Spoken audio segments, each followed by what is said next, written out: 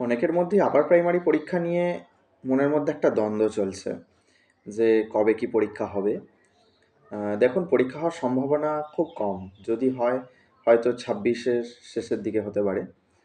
তো যে সরকারই আসুক না কেন, কথাটা যেহেতু উঠেছে, অতএব পরীক্ষা হওয়ার সম্ভাবনাটা একটু আছে। তো মেনলি ব্যাপার হচ্ছে, যদি পরীক্ষা হয় 26-এর মধ্যে, আপনি প্রস্তুত আছেন তো? আপনার প্রস্তুতি ঠিকঠাক হয়েছে তো? এই প্রশ্নটা আগে নিজেকে করুন। ঠিক আছে? আপনি যদি প্রস্তুতি না হয়ে থাকেন, আপনার যদি প্রস্তুত না নেওয়া হয়ে থাকে, তাহলে কিন্তু অবশ্যই পড়া শুরু করে দিন।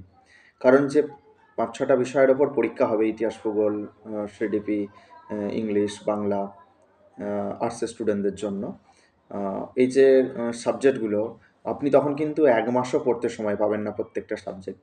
অতএব এখন যে সময়টা হাতে আছে, সেটা কাজে লাগিয়ে নিন। ঠিক আছে? বাড়িতে হোক বা ইউটিউব ফলো করে হোক বা কোনো কোচিং সেন্টারে হোক, আপনি পড়াটাকে প্রস্তুত করে রাখুন। ঠিক আছে? নচেৎ কিন্তু পরীক্ষা হলেও আপনি সেই সুযোগ কিন্তু নিতে পারবেন না। ওকে?